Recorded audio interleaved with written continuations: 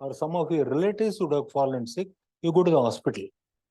I say, tell me all the metrics based on which you will be able to evaluate a hospital. I can give you any number of metrics. Number of doctors, qualification of the doctors, number of beds, number of operation theaters, number of ambulances, number of paramedical staff, pharmacy available. I can keep on enumerating all these metrics and measure. Will all this lead to the conclusion that's a good hospital? You need to calculate the mortality rate and morbidity rate. Probably you walk inside the hospital, come out in a stretcher.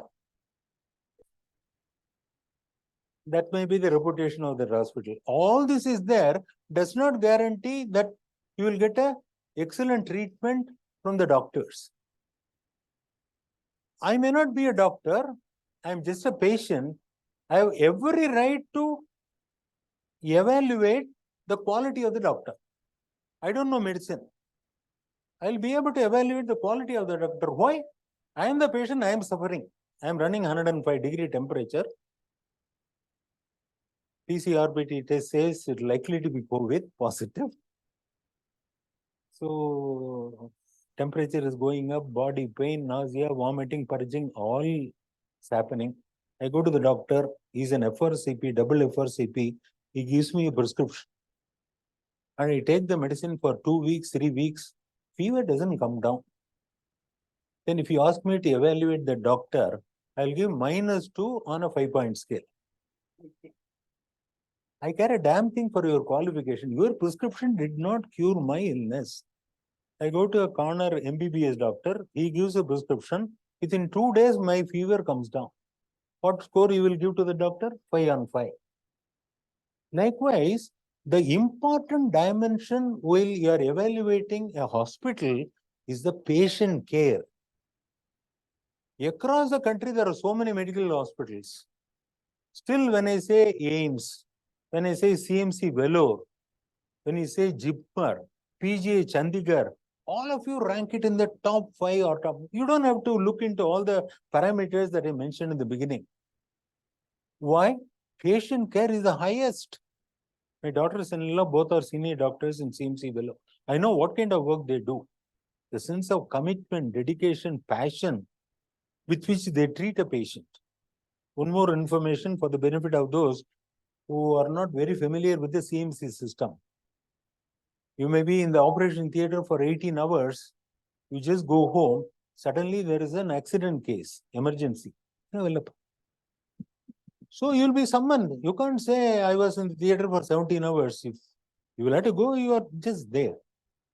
You handle the patient. They form a team of 7-8 super specialist doctors. A cardiologist, urologist, nephrologist, because the whole body was completely smashed in an accident. All these doctors join together. Take extreme care. They try to treat the patient, do surgery, multiple surgeries. Sometimes, you lose the patient. Patient dies after all this. None of the relatives will ask the question to the doctors. They are all top-notch doctors. They will never ask why the patient died. But there is an exercise done within CMC. All these 7-8 top specialist doctors will have to appear before a committee. The director of CMC, specialists from other parts of the country, 3 or 4 team members will be there. You will have to explain before that board, which is known as death audit. Why did the person die? Why did we allow him to die?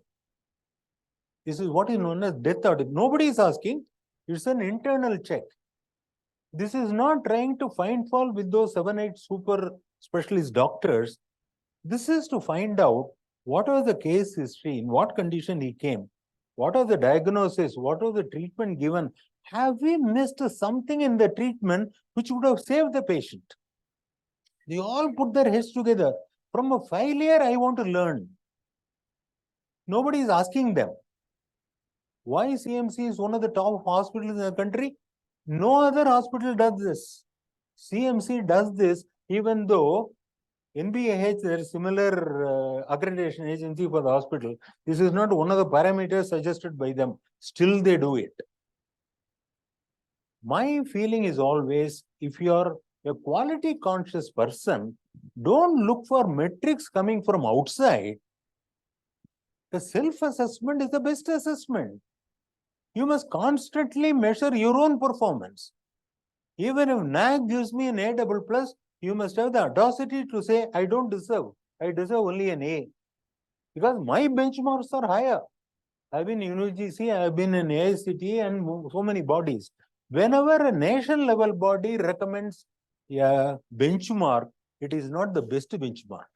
I was the curriculum development committee of UGC. 1.5 years, I was part of the committee, 4 members, traveled across the country to decide MBA curriculum. This was in 2003, 2005, when Hari Gautam was the chairman. Now, I could not get the best curriculum for MBA in this country. Why? There can be a fantastic course, so you're all very familiar with that, business analytics. If I introduce business analytics, there are 1,000 universities. Do you have 1,000 teachers who can teach this course? I've been a Vice-Chancellor. Imagine there are 800 colleges affiliated to you. You want to introduce a new course. Do you have 800 teachers to teach that course? I introduced a course on Indian ethos and values in management in 2003. It was a miserable failure because we didn't have 800 teachers across the country. Now NEP talks about Indian ethos, talks about Indian knowledge system, but I did this almost 20 years before. Miserable failure. You cannot teach Indian ethos and values in management the way you teach marketing management, finance management, or human resource management. You must practice what you're speaking, right? When you talk about values, you must be a person with strong values. You must speak with conviction. Otherwise, it will not carry any weight with the students. Whole thing was a miserable failure. My intentions were good, outcome was disastrous. So I realized from these assignments, when a UGC or AICTE, they give a model curriculum, they are not the best curriculum. They are minimal standards. Same thing is applicable to whether NBA or NAAC or NIRF. The benchmarks are all not necessarily the best. I would request every one of you who are in IQAC, you keep your own benchmark. Now benchmarks are all available in the public. Don't stick to those benchmarks. You create new benchmarks. Raise the bar. Raise the bar. Don't be satisfied with what others say about what you are performing. I'll give you one anecdote from Peter Drucker. Any management professor here?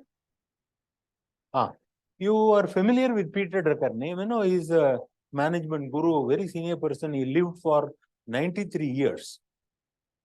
When he was 89, he wrote an interesting article. You can do a Google search, look for that article, My Life as a Knowledge Worker by Peter Drucker. You can do a Google search, it will be available. It's only 4 pages, amazing work. In that article, he says, I went through 7 experiences in my life when I was in the age group 18 to 22. That helped me to become a management guru in the entire world. When I was in that age group 18 to 22, 23, I went through 7 experiences. For a period of 64, 65 years, I did not speak about my experience at all to the external world. I kept it to myself. Now I realize I am getting old, I may die at any time. I wanted to share this with the younger generation. That's how he starts. And the first experience is very similar to what we are talking about, the quality. He was working in US in a foreign firm. His office hours are morning 8 to 2 o'clock. Rest of the evening is free. He loves to listen to music and opera in the evening. He goes to one of the operas and it was a fabulous opera. At the end of it, Peter Drucker, he was 18 years old. He goes to the conductor of the opera and then asks him, who has composed this opera? He says, don't you know, he's a well-known Italian opera composer by name Verdi, V-R-D-I. He has composed this recently, so we are playing it. He said, how old is the gentleman? He says, he's 83 years old. Peter Drucker is a young man of 18 years old. He becomes curious. What motivates an 83-year-old person to compose a difficult opera at that age? Is it to get a promotion? Is it to get an increment? Is it to get 7th pay, UGC pay scale with double increment? None of that will be motivating. Drucker becomes curious. What motivated an 83-year-old man to compose a difficult opera at that age? So he fixes an appointment, goes and meets Reddy. He said, sir, I listened to one of your latest opera, fabulous. But as a young man, I want to know what motivated you to compose this opera. Reddy smiled and then said, the whole world has sat in judgment over my performance. They are given 5 on 5. I know my capabilities. Nobody can understand my capability the way I understand. Whatever I have done up till now, even though the whole world say I am on the top of the world, I believe I deserve only 3.5 on 4. So my objective is, so long as I am alive, I must be able to excel my own performance. The motivating factor for me at the age of 83 to compose a difficult opera, there is a human dynamo working within me, pulling me, pushing me to perform better and better and better. Whole world has said I am number one. I am not willing to accept that because I know my capabilities. I have reached this level. I have tremendous talent even to beat my own performance. I will continue to do it so long I am alive. This is the first experience of Peter Drucker. He says, this I kept it as a lodestar in my life. Whatever other people may say about me, I will not bother about it. I will do an honest evaluation about myself. There are so many techniques by which institutions can do a self-introspection, self-assessment. There are 5 techniques, I will talk about it. How do you assess your own performance? Not by external agency, by myself. Like you give a self-assessment performance appraisal for your own self. Generally, we are very, very generous when we write the performance appraisal. Agree? When I was the Vice-Chancellor, 2003 to 2006, I created that form. At that time, UGC was not insisting on that. I distributed to all my 850 faculty and various parameters on a 5-point scale. After 2 weeks, my registrar collected all that. Then I asked my registrar, how many of my faculty have put 5 on 5 in everything? He said about 600 and odd people have put 5 on 5 on everything. I said, keep them all aside. Only those who say 4.9, 3.5, only the 200 application bring it to my table. I need to give attention to these people. These people believe that they reached the top of the world. I cannot do anything with them. I started focusing on these 200 faculty, gave them specialized training, gave them rewards. Next year, when I administered, everybody said 3.2, 3.2. This VC is a different kind of a VC. So, if you are 5 on 5, you have already reached your top. So, your benchmark must always be high. Supposing I want to excel in high jump, I keep the bar at 1 feet. I don't have to jump, I can just walk and say, I've done it. This is what the great poet said. Always aim at 1,000,000 and miss a unit rather than aiming at 100 and achieving it. Robert Browning. Aim at 1,000,000 and miss a unit. It's a failure. I aimed at 1,000,000, missed a unit. But I aimed at 100 and achieved it. That means it's a success for everybody, not a success for me, because my benchmarks were low. So I am a PhD in mathematics. I love number crunching. With regard to measuring quality with numbers, I am slightly uncomfortable. Slightly uncomfortable. We'll do the mathematical part also. But I want you to realize the quality one has to feel. When you enter an organization, the way people conduct themselves, the way things happen, you must be able to see the stamp of quality, stamp of excellence. So that's why Bhagavad Gita always says, as a human being, you always strive for perfection. Yoga karmasu kausalam. Perfection in action. Wherever there is a perfection in action, there is divinity in it. That's what Krishna says. Wherever there is perfection in action, there is divinity. So, when once you start doing any work, You must always strive to do the best out of you. Perfection, only God can be perfect. None of us can be perfect. Keep on relentlessly chasing that perfection, you will land on excellence. Invariably, you will land on excellence. And that's why in Quality Guru, he always used to say, Juran, quality does not cost you anything. It's an attitude of the mind. An attitude of the mind. Metrics, NAAC, periodically they increase the number of metrics, decrease the number of metrics. Probably I went through the experience, the collar mic didn't work. I can ask the question, are the collar mics working in your college? I can add one question. I know how people become so mechanical. I remember you used to ask a question on feedback. So when I go there as the chairman of the committee, have you taken a feedback? They will show reams and reams of papers where they have taken a feedback. I used to ask the Vice-Chancellor, what did you do with that? NAAC asked us to take a feedback, we have taken a feedback. That's it. Then NAAC has to say, the purpose of taking a feedback is you do an analysis. You take action on that. You put it in the public domain. Now all those questions are there coming in. Have you taken a feedback? We'll give you D.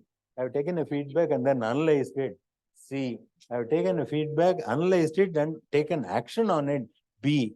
I have taken a feedback, analyzed it, taken action, put it on the public domain. A. Now DVV will say, show me all the pros. Show me the questionnaire that you have collected from the teacher, from the faculty, from the employers, and from alumni. Show all the questionnaires. What kind of analysis you do? We calculate percentages. No, calculating percentages can be done by a 5th standard student.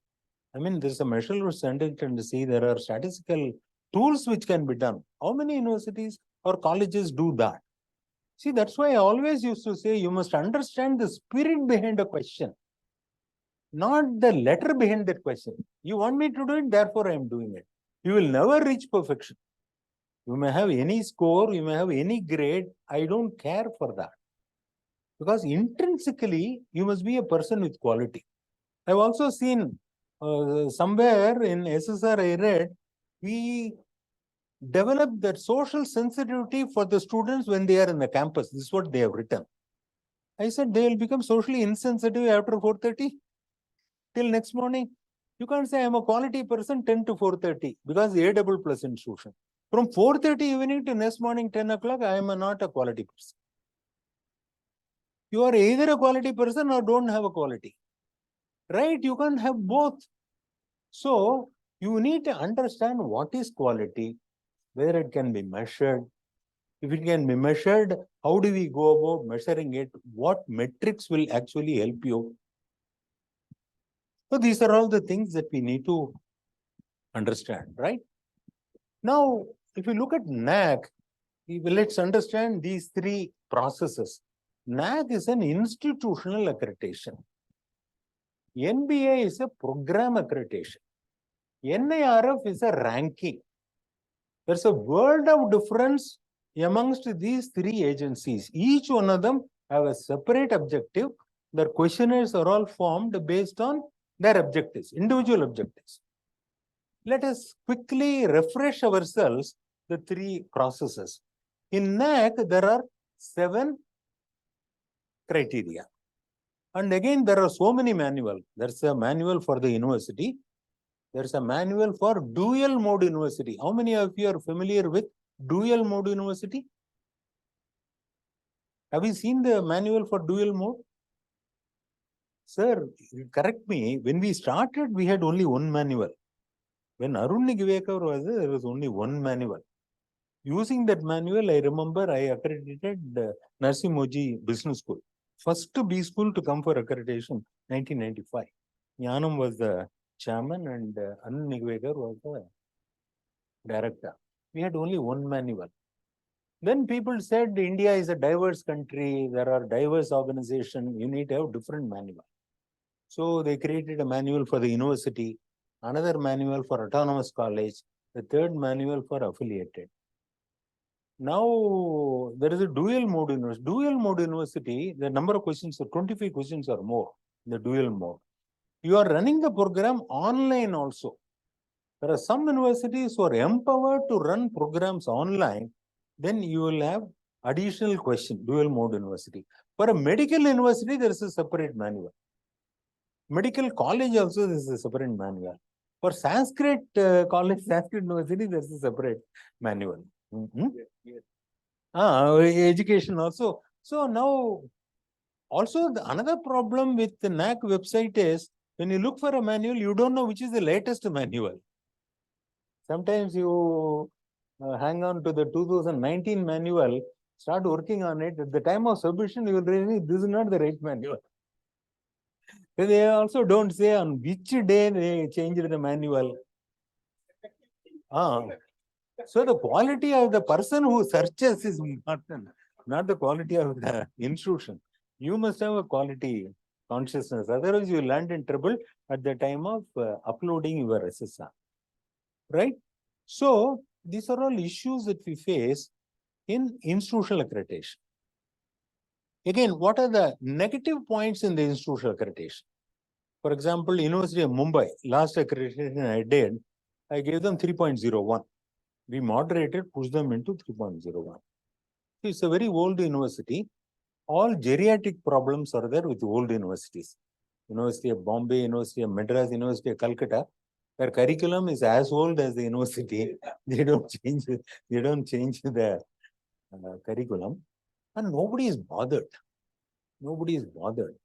Even if you give them a B, one professor said, for 2 days we will feel bad. After that, we will become all right.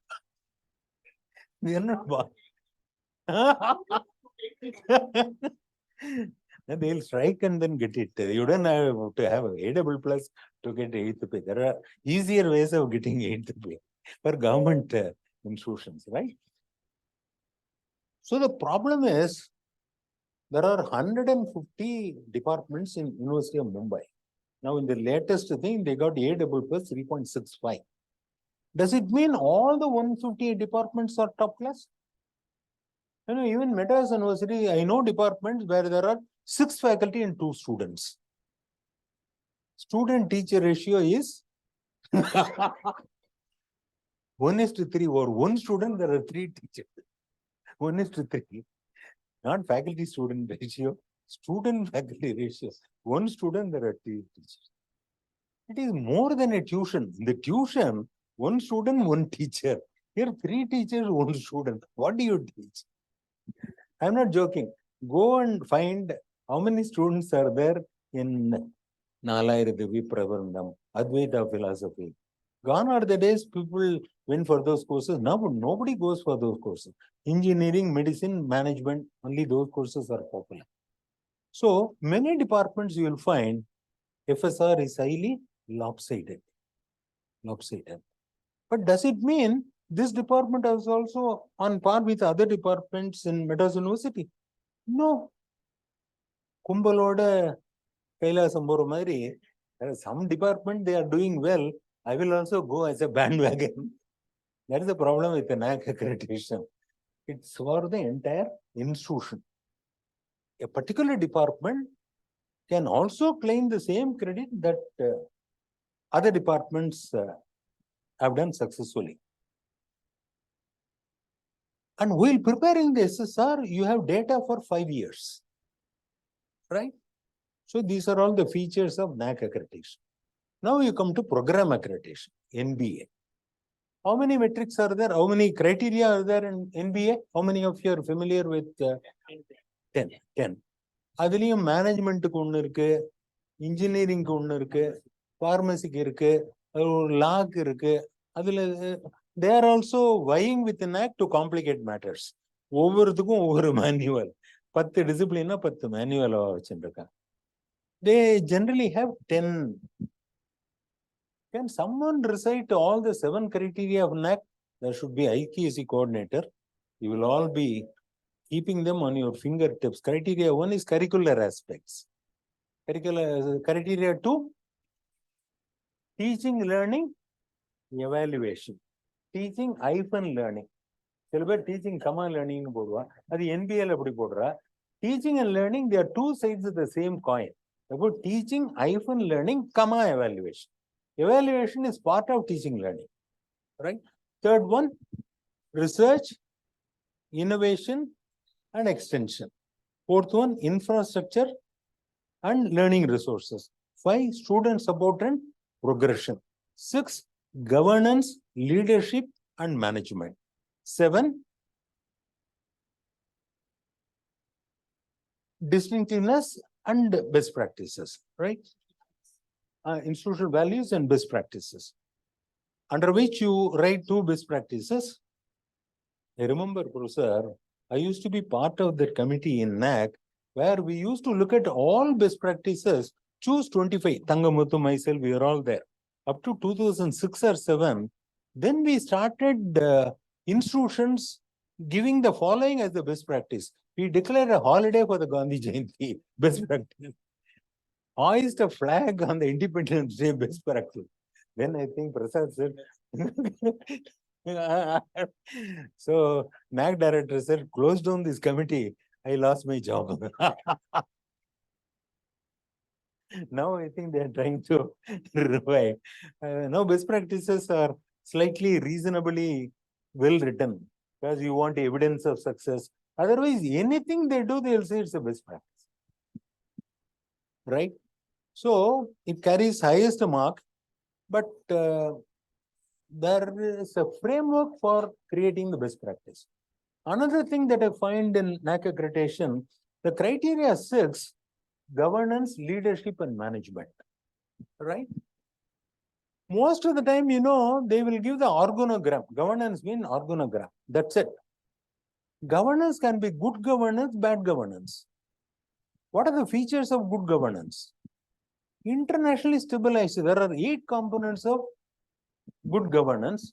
I used to create an acronym, practice, PRACTICE. So, first P stands for participative. How do you make sure that all people are participative in running the school? There again, if I ask that question, you will say there are 2 teachers who are in the board of management, board of studies. Students are here, there. But what is the active participation by these people? It's a statutory requirement. 2 faculty will be there, and administration will make sure you don't open your mouth during the discussion. What kind of participation? You're physically sitting there, right?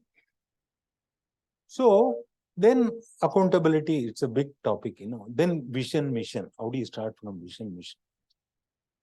When I go for inspection, whether it's a Vice-Chancellor or principal, I will ask the professor, sir, you don't look at the computer.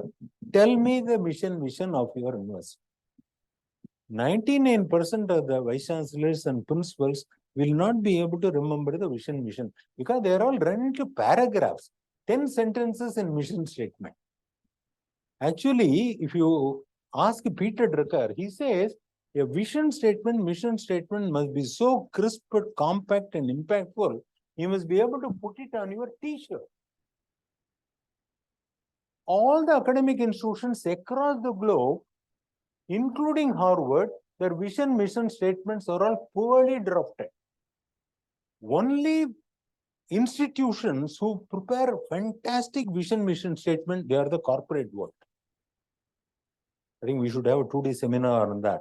Analyze the vision statement, mission statements of, and there should be a connection between vision and mission. Which should come first? NAAC manual says vision should come first and mission comes later. Now that is old thought process. Now David Kaplan says mission comes first. You see, you work with a missionary zeal, Christian missionaries. You don't say visionaries, missionaries. Mission for a long time. The purpose of an organization is the mission. The way you are going to achieve it is vision. Again, not every sentence will be a vision statement. It should have 3 features. Number 1, there should be a stretch goal. Number 2, there should be a niche. Third one, there should be a timeline.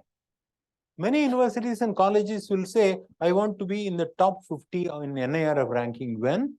After 50 years, 100 years, 200 years? By then, NIRF will go, something else will come. Right? So, without a time frame, it is not a vision at all.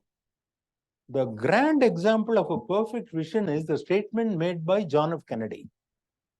He said, I will put a man on the moon, bring him back alive in the next 10 years. all the three components are present. David Kaplan quotes this. Putting a man on the moon is a stretch goal. It is not like going to the second floor of this building. Bringing him back alive again is a niche. In the next 10 years, he never consulted the NASA scientists before making the statement. The mental chemistry of the scientists worked to such an extent that this thing happened. That is the glory of a great leader. He makes a statement, it happens. So, unfortunately, he was not alive when this happened. He died. President Kennedy was killed before this thing happened. But his prophetic words came true. Right? So, most of the time, when the department make a presentation, they will never talk about the criteria 6. Only Vice-Chancellor will talk about it. When I ask, don't you have governance or leadership or management? No, it is for the top management, which is not true. As a head of the department, as a teacher, you play the role of a manager, you play the role of a leader, you lead the students, you prepare for the classes, head of the department assign the subjects to various teachers, right? There is so much of leadership role that the heads of the department, dean, directors play. So you need to understand this in depth. Don't think only for the top management, governance, leadership, and management is applicable. For every one of us, we need to focus on that, right? And there are key aspects. There are so many questions. Now you have QNM and QLM. QNM, they are all number crunching. Benchmarks are all there. It's a 5-point scale, 0, 1, 2, 3, 4. And you can get any one of the scores based on the response that you give to that particular question. Then QLM is 70% QNM, 30% QLM.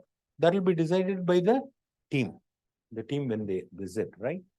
So this is about the NAAC process. Now, NBA process, can someone explain how the NBA process works? This is program accreditation.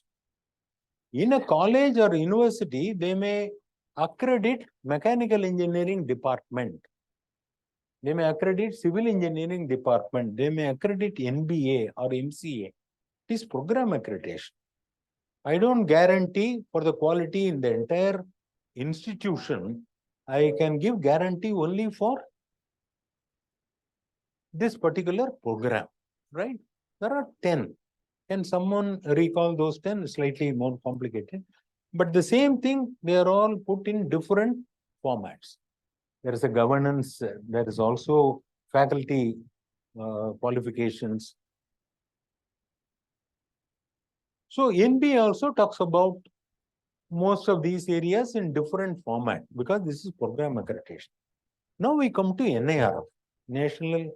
What is NIRF stands for? National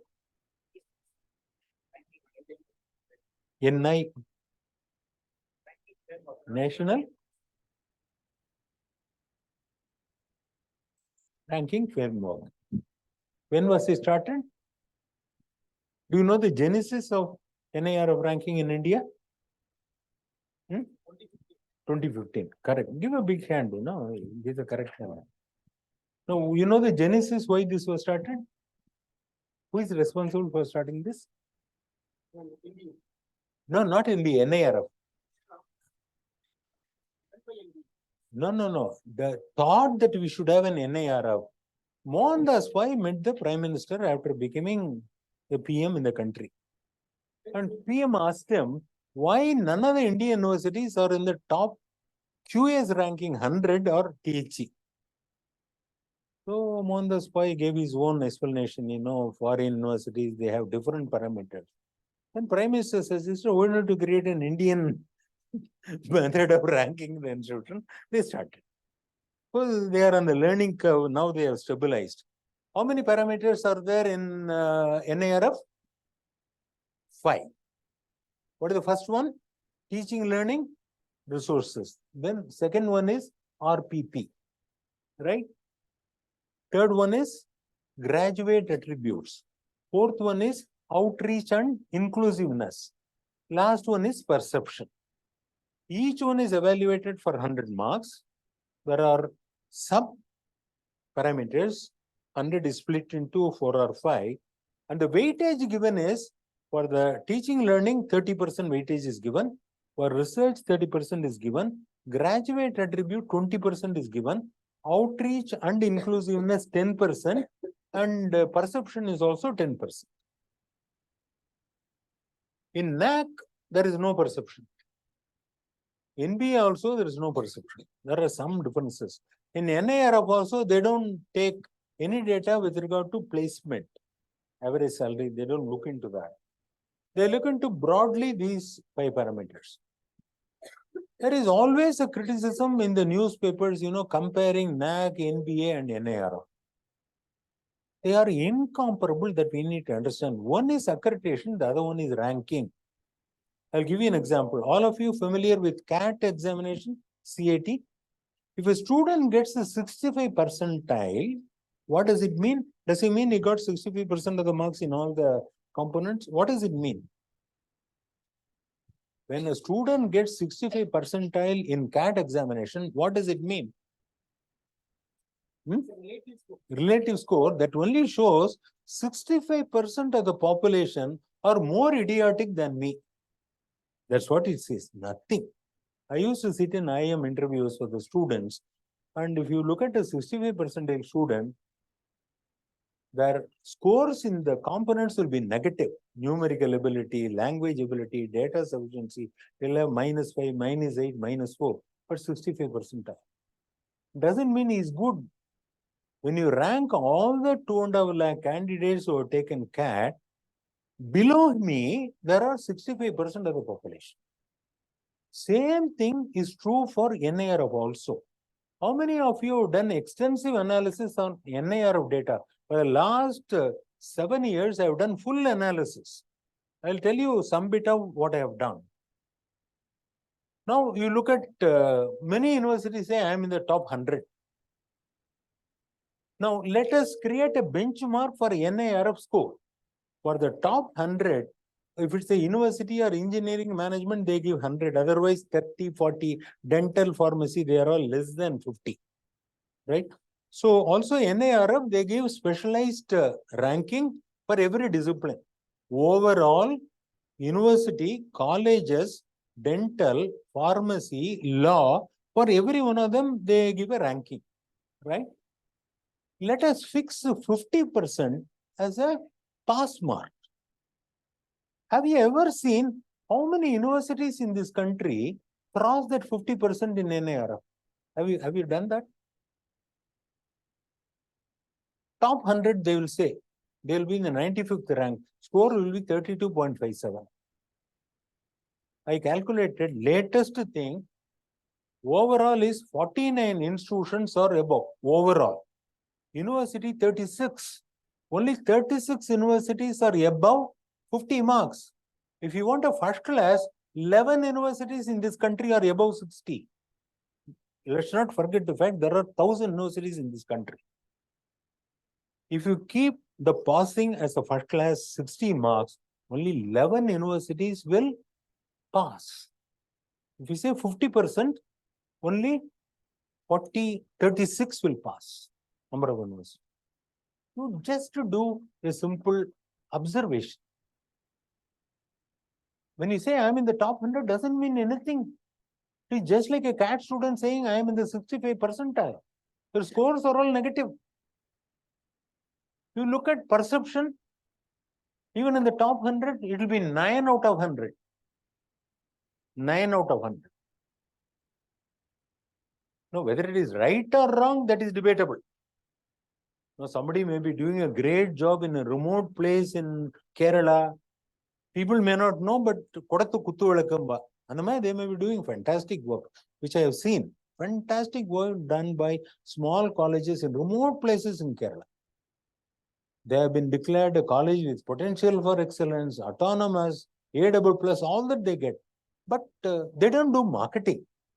Big cities, they will do it. Bombay, Delhi, Calcutta people, they will shout at the top of the voice on the Himalayan mountains, say, I am the best. These people down south, they will do quality work, will not make any noise. They will not be present even on the social media, right? So, in perception, they may get a beating, even though they do good work, right?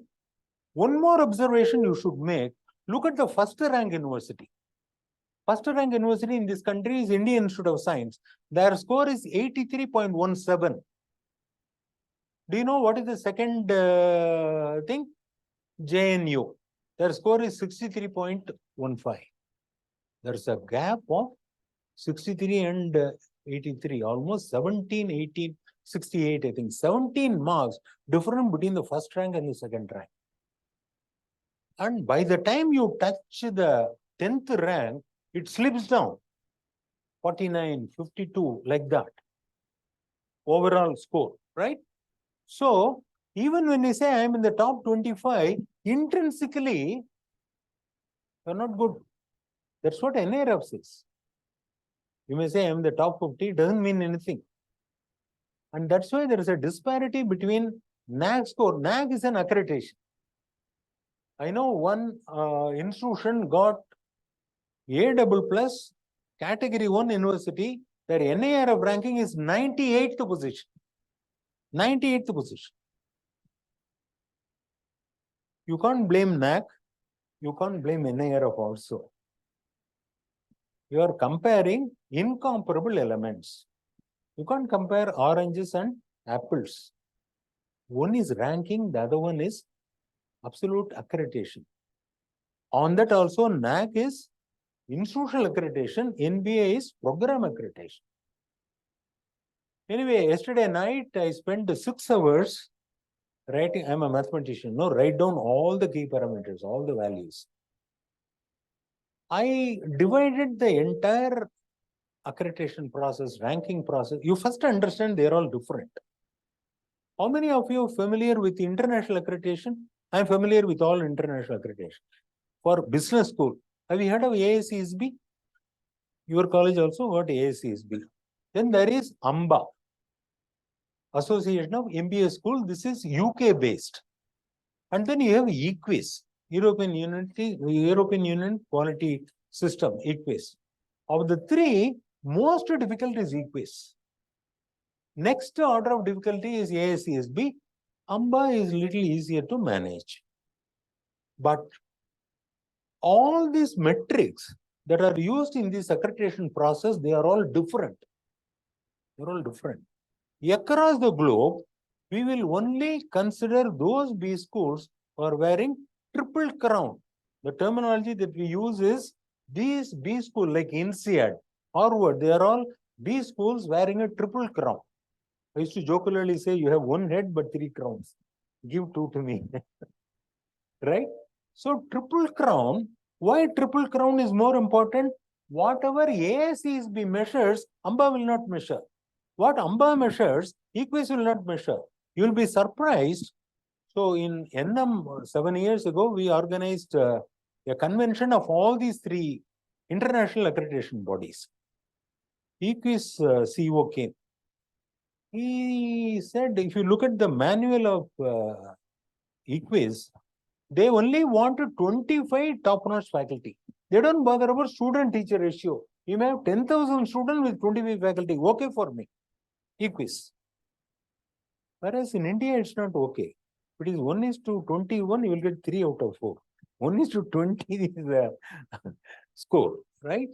Even if you fall 1 notch less, you go to the next category, right? That is important to us. It's not a question of which is right, which is wrong, right? So, if you compare these 3, I know all the metrics in all this, they are not comparable. And that's why we always recognize those B schools who were triple crown, right? Likewise, my feeling is, let's not try to find integration of all these metrics. To my mind, I'm not sure whether it's a worthwhile exercise to do. Because each one of them measures a different kind of a aspect of quality. They're not comparable, right? So I started by saying, you take teaching, learning. I put everything under 5 baskets. In all this I studied, I said I will create 5 baskets. Let me see how many scores are allocated in NAAC for this basket, how many for NBA, how many for NIRF. I was attempting to do that. After 6 hours of work, I abandoned that exercise. because I thought it is futile. The 5 baskets that I considered was, one is teaching learning. Basically measure the teaching learning experience of the students. Second one is on the research, right? Research, innovation, extension, whatever connected with the research. Third one, I was focusing on governance. You see, you may have good teaching, learning process, but for that to be effective, you require a favorable governance. Sometimes the top management chokes you to such a level, you're all frustrated. You can't do anything. So you need to have favorable governance. I kept that as a third basket. Fourth basket, I kept it as infrastructure. Infrastructure is very important these days. So your library, classroom, auditorium, books, computers, Wi-Fi, all that, will come under infrastructure. Fifth one, I called it as, not called it as perception, but brand building. See, if you're doing a great job, you'll have to build a brand. You'll have to build a brand. How many of you are familiar with brand management? Do you know what's a brand? How do you build a brand? Brand name, brand loyalty. Probably it's an advanced course in marketing. There is a book which is written by my student. It's the PhD thesis of YLR Murthy. I was the first one to develop brand management course 1993. None of the IMs were offering the course. At BIM, we developed. My student is YLR Murthy. He's a full professor in Bangalore, right? So his thesis is the book. It's a Bible in brand management, right? Till then, IM used to have a course on product policy. We are the first one to give the name brand management. We have done seminal work in that area, right? Very interesting, very interesting. For the marketing people, that will be a great, read the book by YLR Murthy, brand management. Is a full professor at IM Bangalore. So I called it as brand building. If you have a good brand, perception automatically will happen. Perception is a very small thing. Brand building is a broader concept. No? So I said, keep these 5 baskets and try to see what kind of metrics you can give to all this. My another experience is, both Indian and international, the more parameters you have, more complex the process itself becomes. If you have 125, 130 metrics, now most of the time you waste your time in calculating those metrics. So if you are a efficient organization, you must have less number of metrics to measure the success. I don't know how many of you are familiar with Dhirubhai Ambani and also Birla. Dhirubhai Ambani borrowed this from Birla.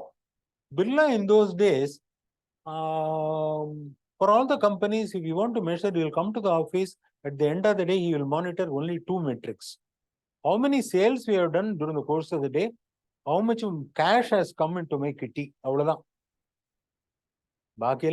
will see. CA, engineer, manager. As a owner of this company, how much of sales I have done today, how much of cash has gone into my kitty? If they are good, these two will be healthy.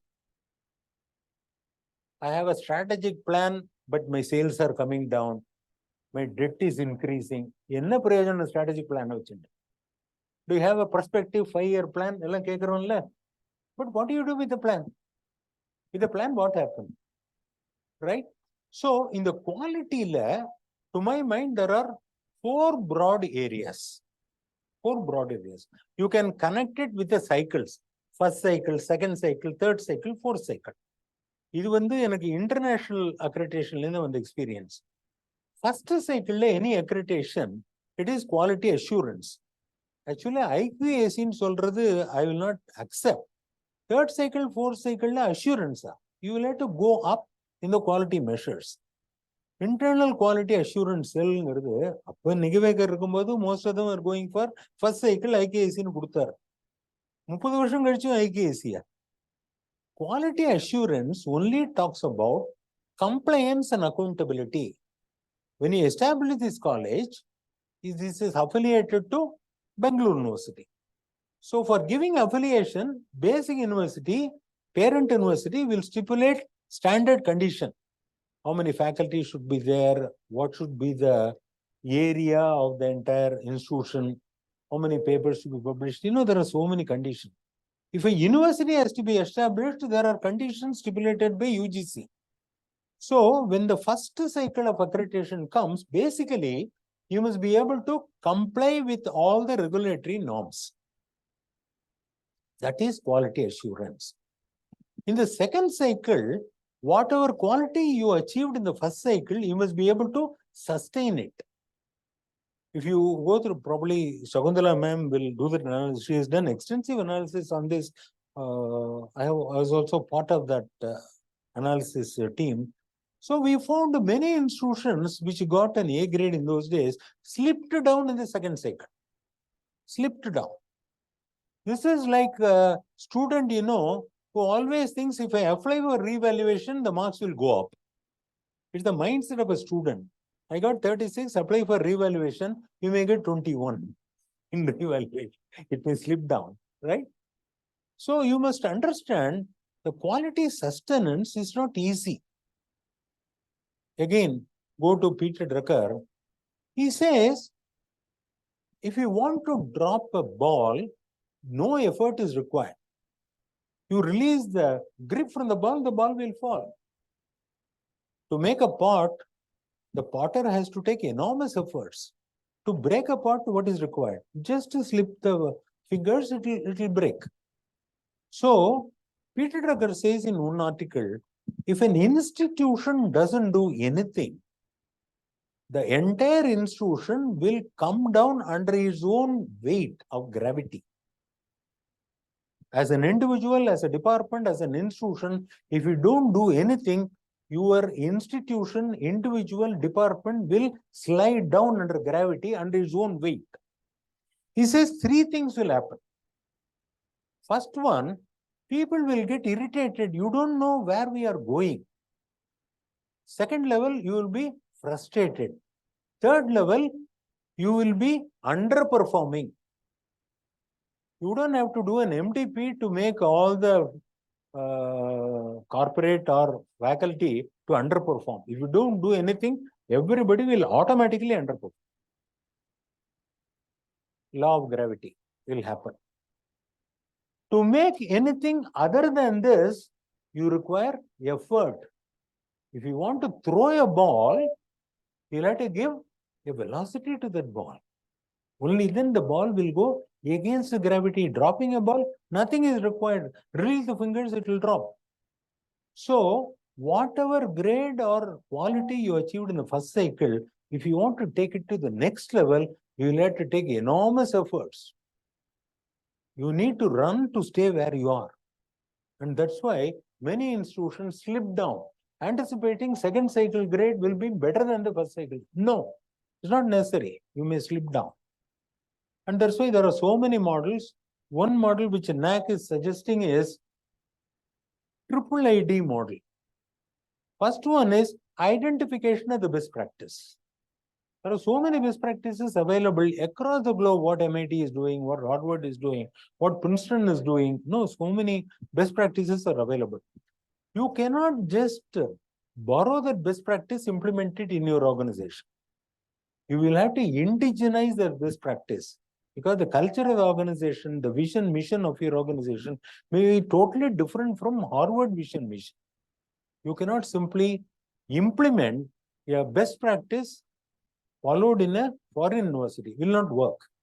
So when you identify the best practice, you will have to indigenize it to meet the requirements of your organization.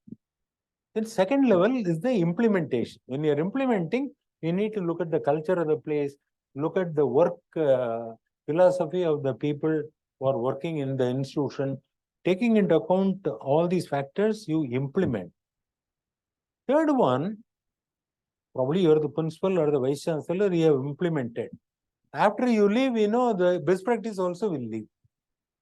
It is person-oriented. It has to be process-oriented.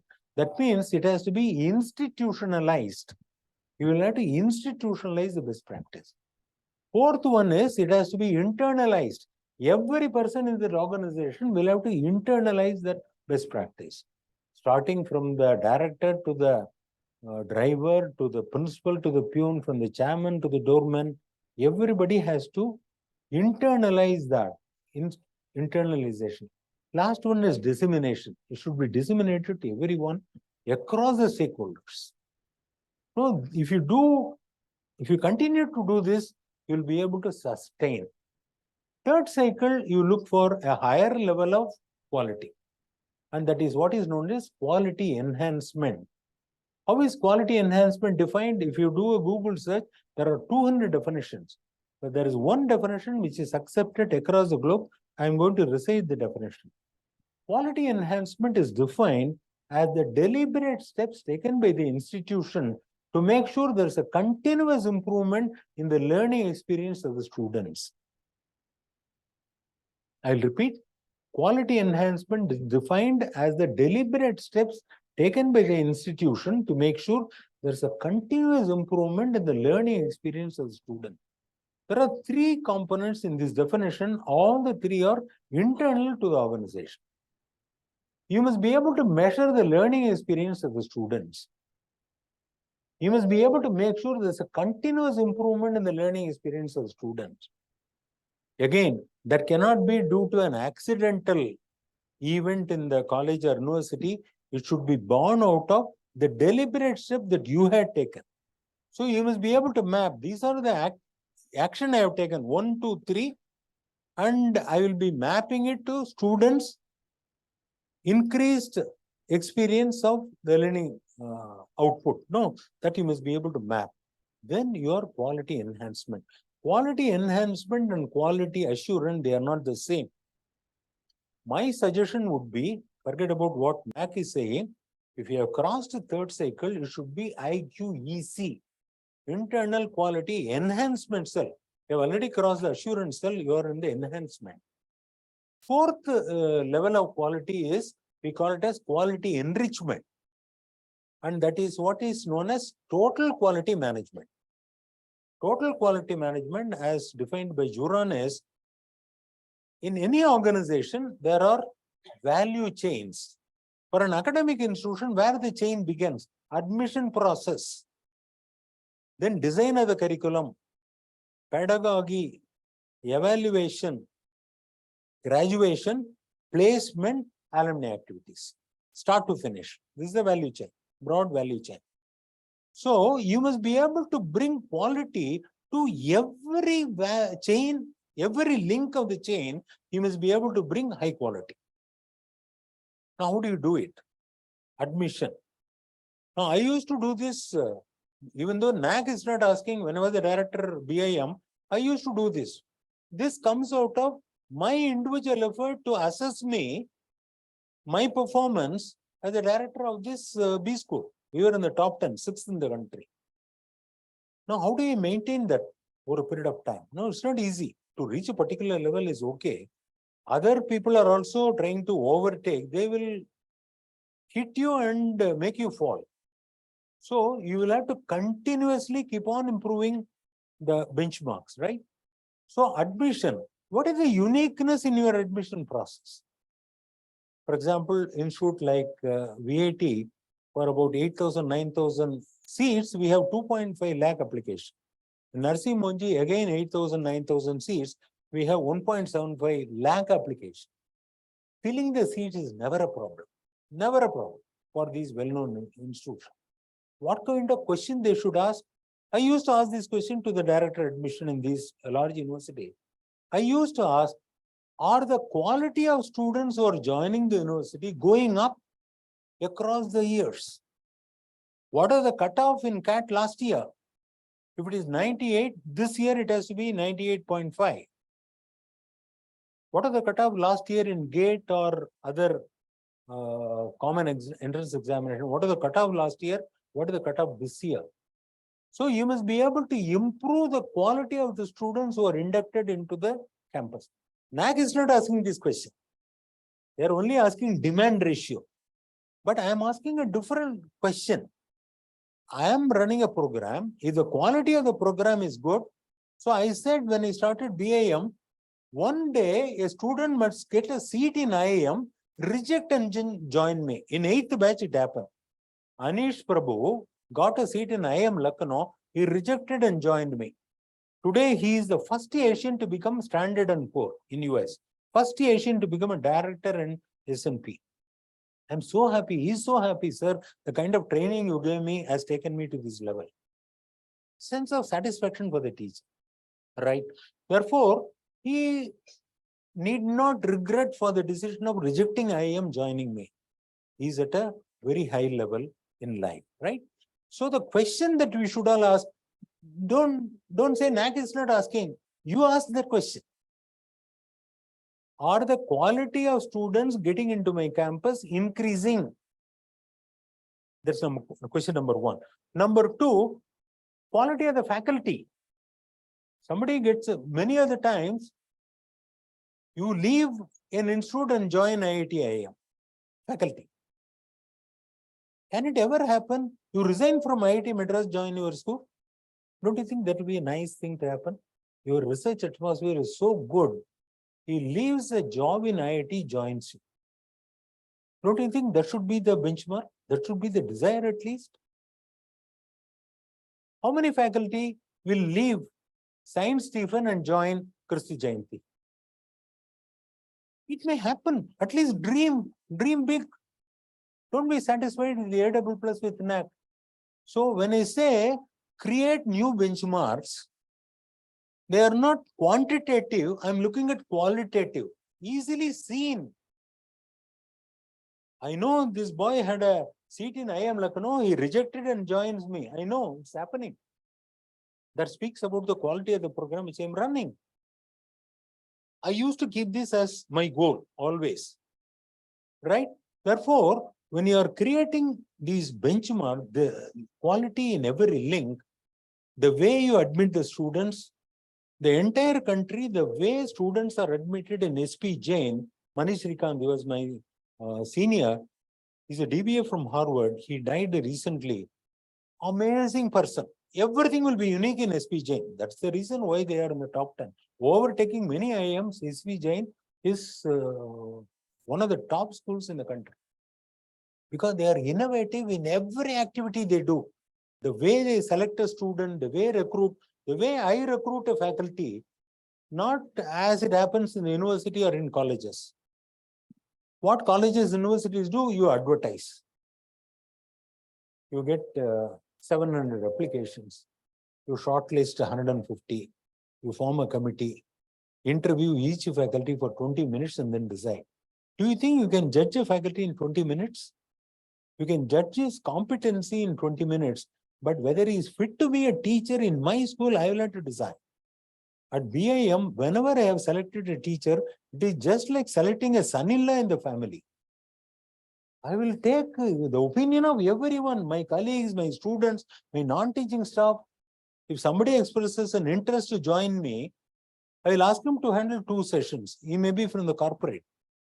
2 sessions will be fantastic. Students will be jumping with joy, fantastic. I will give 10 sessions. He will repeat the same 2 hours 5 times. It's a problem in the corporate. See, to be a teacher, you will have to systematically organize your thoughts and nicely put it to the student. Teaching is not easy, right? So, if he succeeds that also, then I will give full course, 30 sessions. He will be visiting the institute 4 or 5 times. I will ask my faculty colleagues to keep a tab on the behavior of this person. Many a times, everything may be good, but he may be a negative person. He may be arrogant. Humility is one of the values that we cherish in BIM, whether he will fit into our family culture. Otherwise, he may be from anywhere. If the attitude is not okay, will not fit into the family culture, I will not select that person. Extremely careful. Because one thing that I learned in academics, if you make a mistake in selecting a student, he will leave after 2 years or 3 years or 4 years. If you make a mistake in selecting an MBA, he will leave after 2 years. In BA, BSc, become 3 years. If you make a mistake in engineering, 4 years, you will leave. If you make a mistake in selecting a faculty, you are stuck. As a Vice-Chancellor, I have all the power to sack.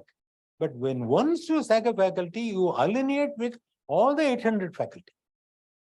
Even though all the 800 faculty will know this is a cantankerous person, he deserves to be thrown out. When you take severe action, all the 799 will join as a group and go against the Vice-Chancellor. So you need to be extremely careful in selecting a faculty. Don't follow. I will also follow the regular norm after identifying. After identifying, he is fit enough to be in my team that I will have to decide. So you must be able to show that uniqueness in every value of the chain, the design of the curriculum, program architecture, then mapping, CO to PO to PSO, all that stuff. Then pedagogy. So in learning outcome, there are 3 or 4 areas. If you are going to impart knowledge, it can be through lectures. If it is going to be skill, it has to be experiential learning activities. If it is going to be attitudinal, you will have to mentor, proctor, counsel. Human values, you be a role model for the student. They will pick up the human values. Right?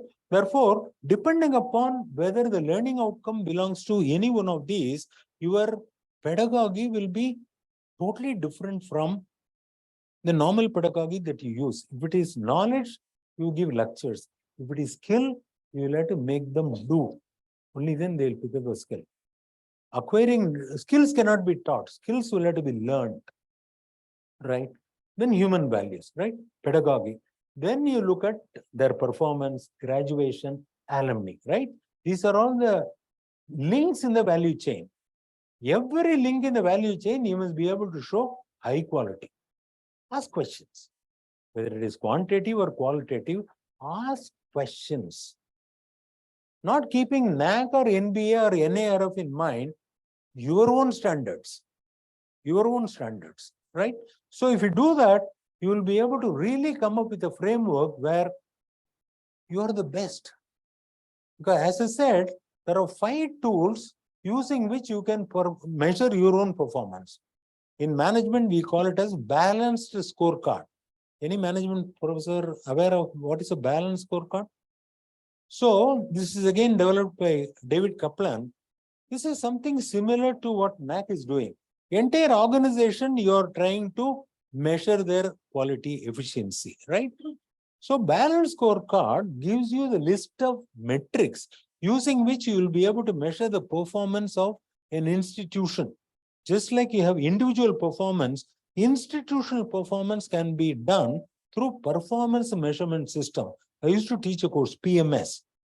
You measure the performance of the entire organization. What are the metrics that should go into it?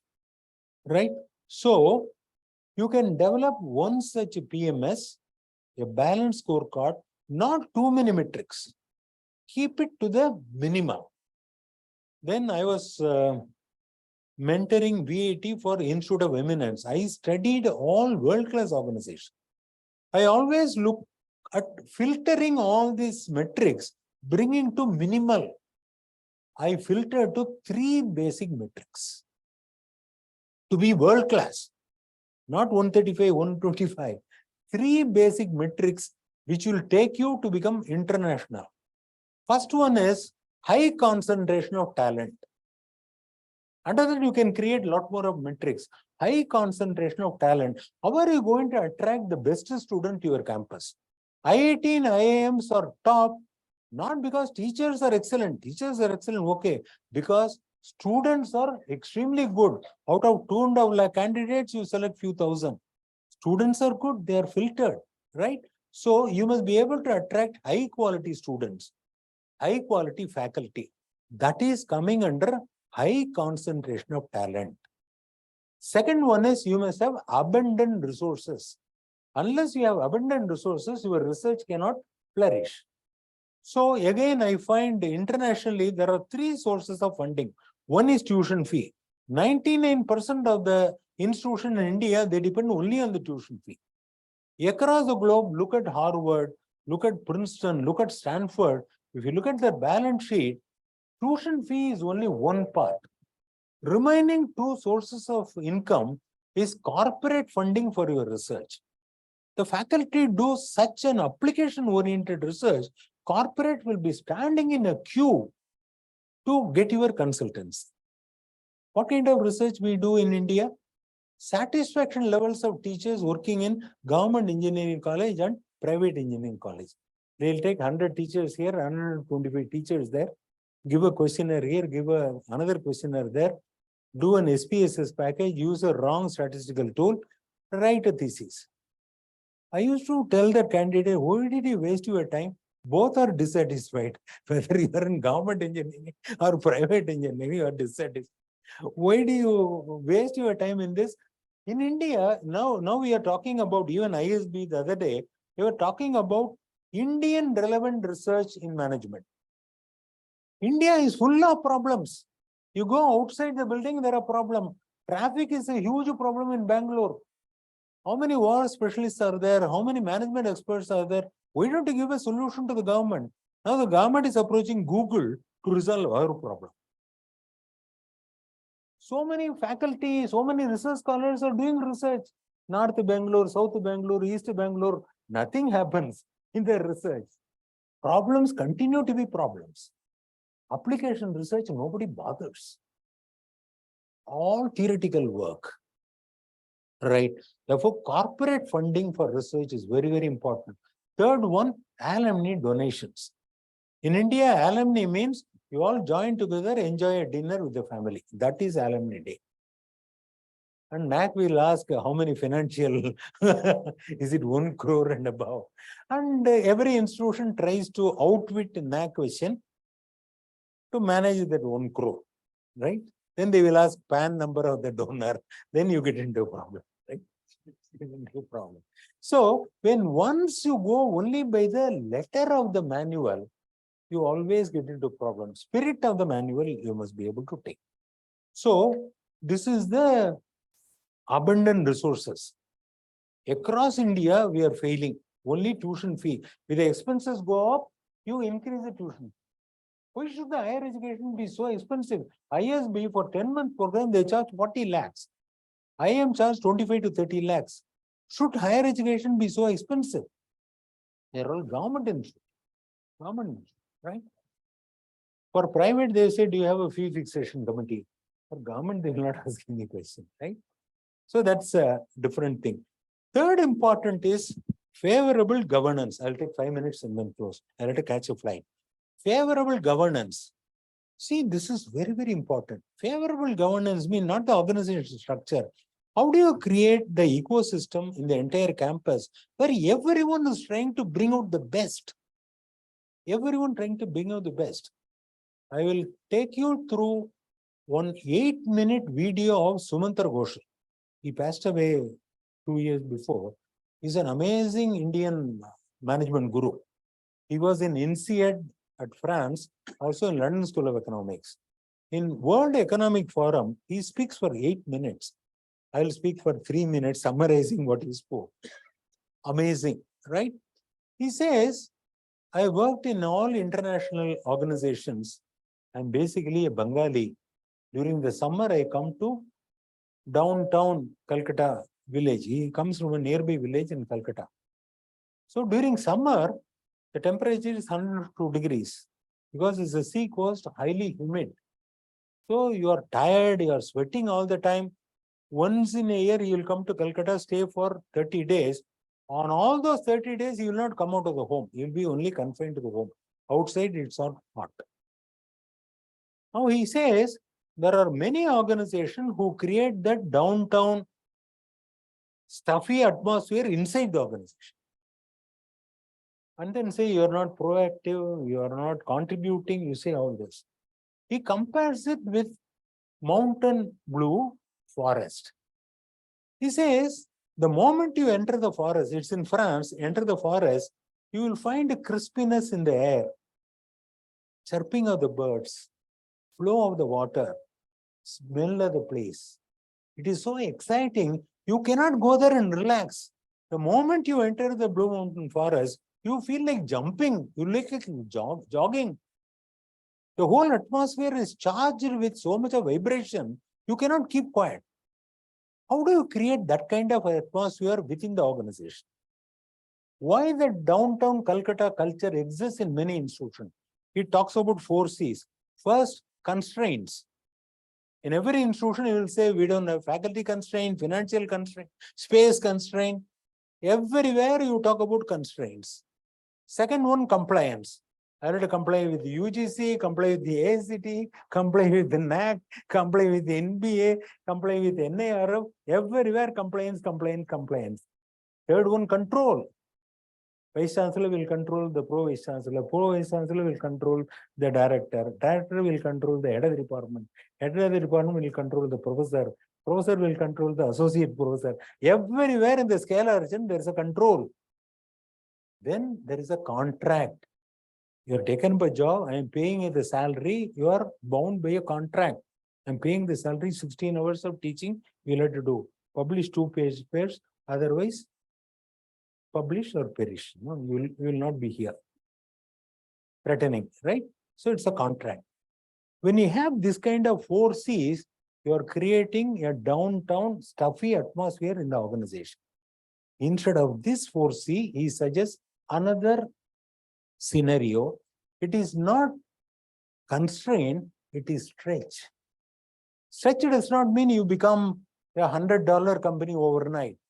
Every individual in the organization, if you are capable of doing X work, X plus delta X, stretch a little bit. We also call it a stretch goal. From here, I cannot take the specs. If I stretch, I can take the, even if I stretch, I cannot come to your table. Remaining here, I cannot stretch. That is overstretch, impossible. But this is possible. But if I do this, I will not take any effort. You can't take the specs. That's it. So stretch. Instead of compliance, it should be discipline. You must be disciplined. Every one of you must be self-disciplined. This is the regulation, code of conduct, I will comply with it. That's why he says very nicely, you agree. In Intel, in any meeting, they will debate for hours. When once a decision is taken, agree or disagree, I don't bother, you commit. Commit to the decision that the team has taken, which will never happen in any academic institution. I've been a Vice-Chancellor. Generally, I convene a meeting of deans and directors once in every month. I take up an issue, starting problem. Nobody will open their mouth. When I prod them to open, then they will not stop. 1 hour, 10 minutes. Our lecture is for 1 hour. No, he will talk for 1 hour, 10 minutes, not allow anybody to talk. It's a force of habit. I need to intervene and then say, allow other people to speak. So they will vehemently argue for one point of view. 5 o'clock, the same dean will come and just to speak the opposite of what he argued in the morning. Professor, this is not what you said. He will give a broad smile and then say, BC sir, I am evolving as a better person. You evolve as a better person as an administrator. What kind of decision I will be able to implement? He already written the minutes in the morning. You are speaking contrary to the opinion that he expressed in the morning. So this discipline is missing in many organizations. Third one, it is not control, it is support. Try to support other people in the department. Somebody is not able to go to the class today. Don't worry, I will go and handle your class. Support. Right? In Sanju says, I was the head of the department for 3 departments, maths, computer science, statistics. In my timetable, first hour is always free. First hour cannot be left free for the students. If there is a medical emergency, 9:30, I get a leave letter. I will have to adjust. 3rd hour teacher will have to go to the first hour, or 6th hour teacher, if he is free, I will ask him to go to the first hour.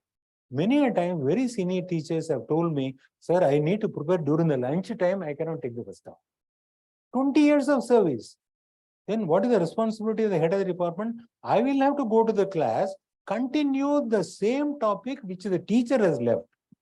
So like Narasimha Avatar, I don't know whether I'm going to teach topology for MSc, function analysis for MPhil, or trigonometry for PUC, I don't know. Or astronomy for BSc, I will have to continue. Therefore, I need to keep a tab on what are all the stages of teaching happening for all my teachers. I need to be prepared. What kind of experience? No, that gave me a broad bandwidth in improving my knowledge because of the position. Right? Support. Last one is trust. It is not contract. Trust your people. It is not by saying, trust me. You will have to genuinely trust your people. Unfortunately, in the entire Indian system of functioning, we only distrust. Only distrust. You have biotech, bio thing, then CCTV cameras, all that. That means you don't trust. In IIM Ahmedabad, there are no invigilators in the exam hall. If you attempt to copy, you will be dismissed. That's it.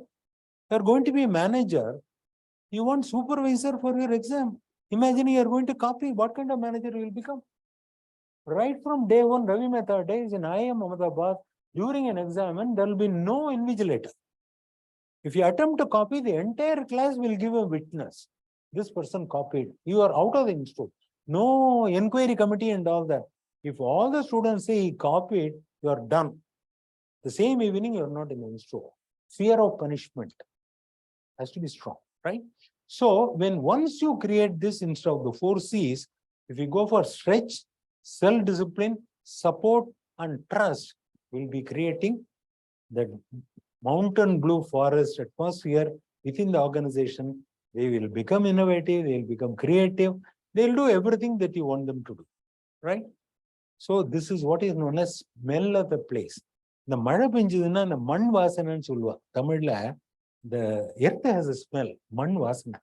So when you enter an organization, I was in TF4, the moment you enter, even a small blade of grass will stand up and start doing research. That is the atmosphere. All Princeton professors, Harvard professors, will come.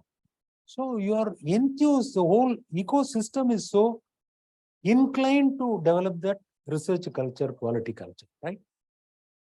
At the end of the day, my view is like the triple crown.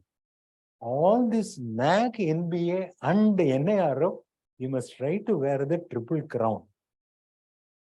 Then you will be a full-fledged quality institution from all angles.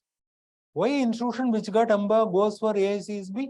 Something is missing. If you want to get AMBA accreditation, all the students must have 3 years of work experience. Otherwise, you don't have eligibility criterion to go for AMBA. In that conference, IQAC person came and then said, sir, all these 100 years we have done 125 accreditation. I said, NAAC does more than 150 or 200 every year. That is India. He is so happy in a period of 100 years, he had done 125 accreditation. Every year we do more than 200 accreditation.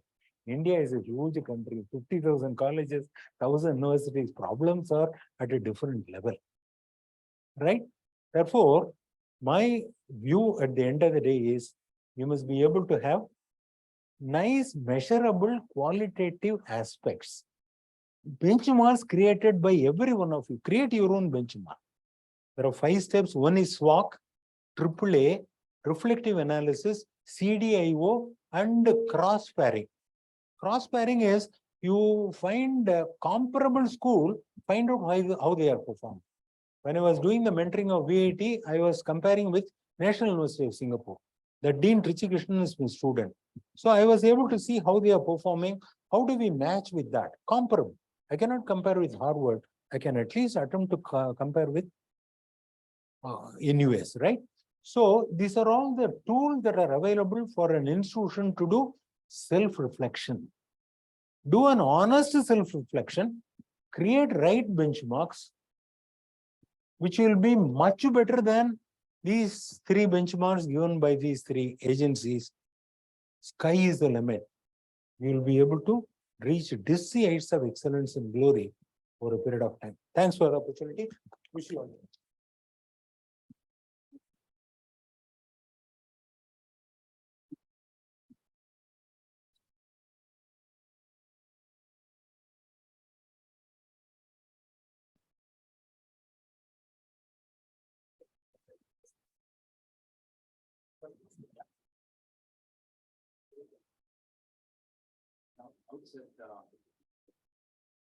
It was an extraordinary lecture by Jayasankaran. And actually, I was wondering, we had a wonderful, sumptuous lunch. Would the participants would be able to listen to the lecture effectively? And he made it so impressive that this whole, this session was absolutely silent, and they were able to realize the value of his speech. Sir, on behalf of the participants and on my own behalf, I extremely and with humble regard, thank you for the wonderful, informative, To share the platform. illustrative, and genius lecture, I would say. And that also speaks of how much volumes of information that he has obtained from a long experience. So due to shortage of time, I request the participants to have only 2 questions. And doctor is available on WhatsApp, on email, any clarification. He's always ready to go person. Wonderful. Please, only 2 questions I permit my. Sir, as an assessor, when you go to any institution, what you look as a quality there?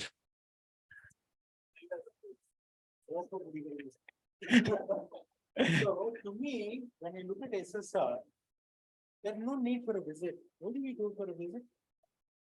I'm a photographer. If I see 2 flowers in a photograph, one is a plastic flower, the other one is a real flower. Actually, plastic flower will look more attractive in the photograph than the real flower. If you bring both the flowers within a fraction of a second, I know which is the real flower. Real flower will have a fragrance. Plastic flower will have no fragrance. Within 5 minutes of my entry into the organization, I will be able to see whether there's a wow factor, whether there is vibrancy with the interaction with the students, faculty, non-teaching staff. Many a times you write lots of welfare measures. I will ask how many of you utilize the welfare measure, not a single hand will go up. How much of seed money you have got? No, they will all raise. How much you have utilized the seed money, all the hands will go down. They give the seed money at the beginning of the year, take back the seed money at the end of the year. This is happening because you are all interested to answer the question, not intensively trying to improve the quality. It has to come from within.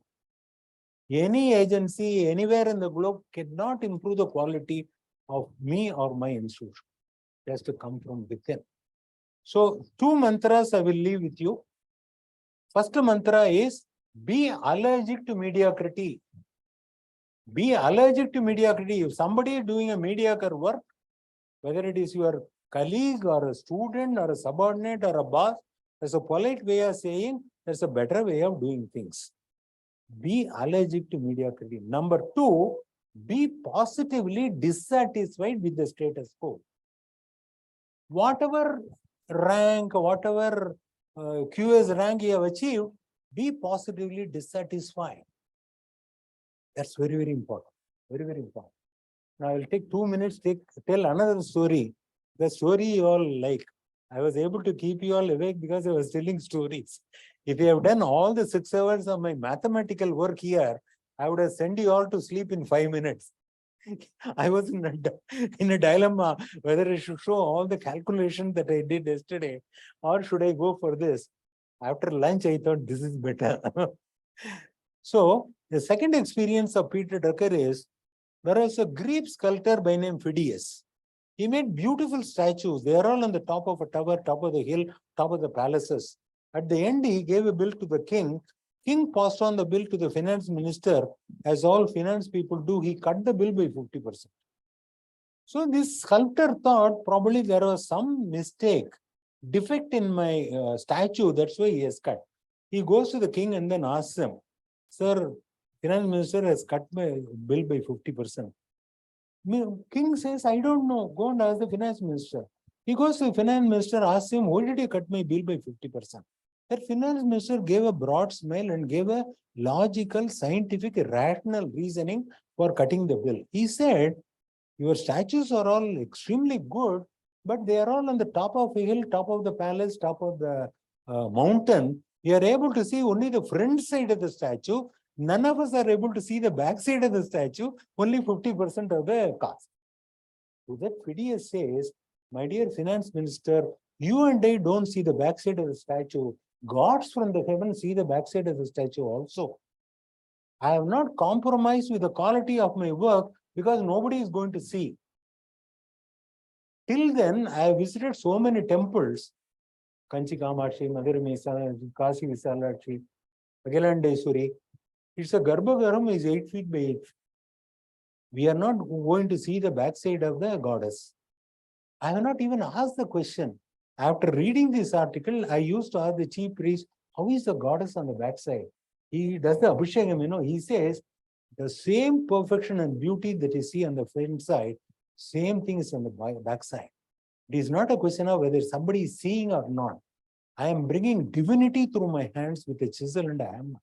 I will not compromise on the quality. So whatever work you do, don't do it for external agencies. You know you are doing a messy job. You are not up to the mark. There's a scope for improvement because God is watching all your actions. You may probably be able to mislead the agency. You can't mislead God. All the time, remember, God is watching your actions. You will reach perfection in all your activities. That's it. Goodbye. Any other questions? Second one? I must also admit that Professor Jayasankaran not only highly informative about the assessment processes of the three bodies, but equally informative about the Veda, Shastras, culture, everything. It's a great man, I would say. That gives me energy. Would you believe I'm 78 years old? 5 hours I can stand and talk. That's the passion for me.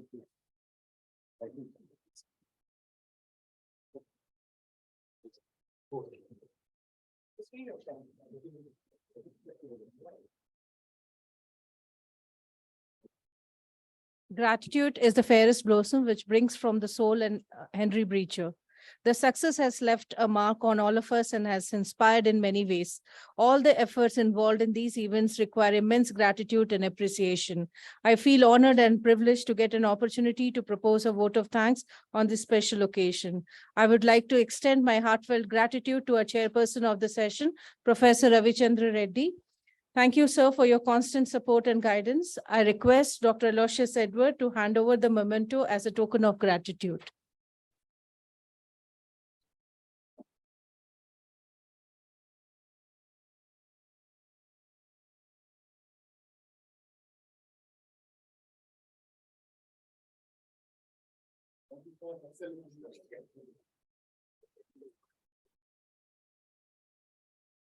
I place on record a deep sense of gratitude to our resource person, the keynote speaker, Dr. N. Jayasankaran. Thank you, sir, for your enriching session with the real-life examples. You have created a good spark and gave a new insight to think teachers differently is real noteworthy. I'm sure we all are inspired by your great words. I would like to thank Dr. Aloysius Edward, Dean, Faculty of Commerce and Management, Director IQAC, whose efforts have fructified into this wonderful milestone, 15th National IQAC Conference. Now we have come to an end of this session too. Thank you, everyone.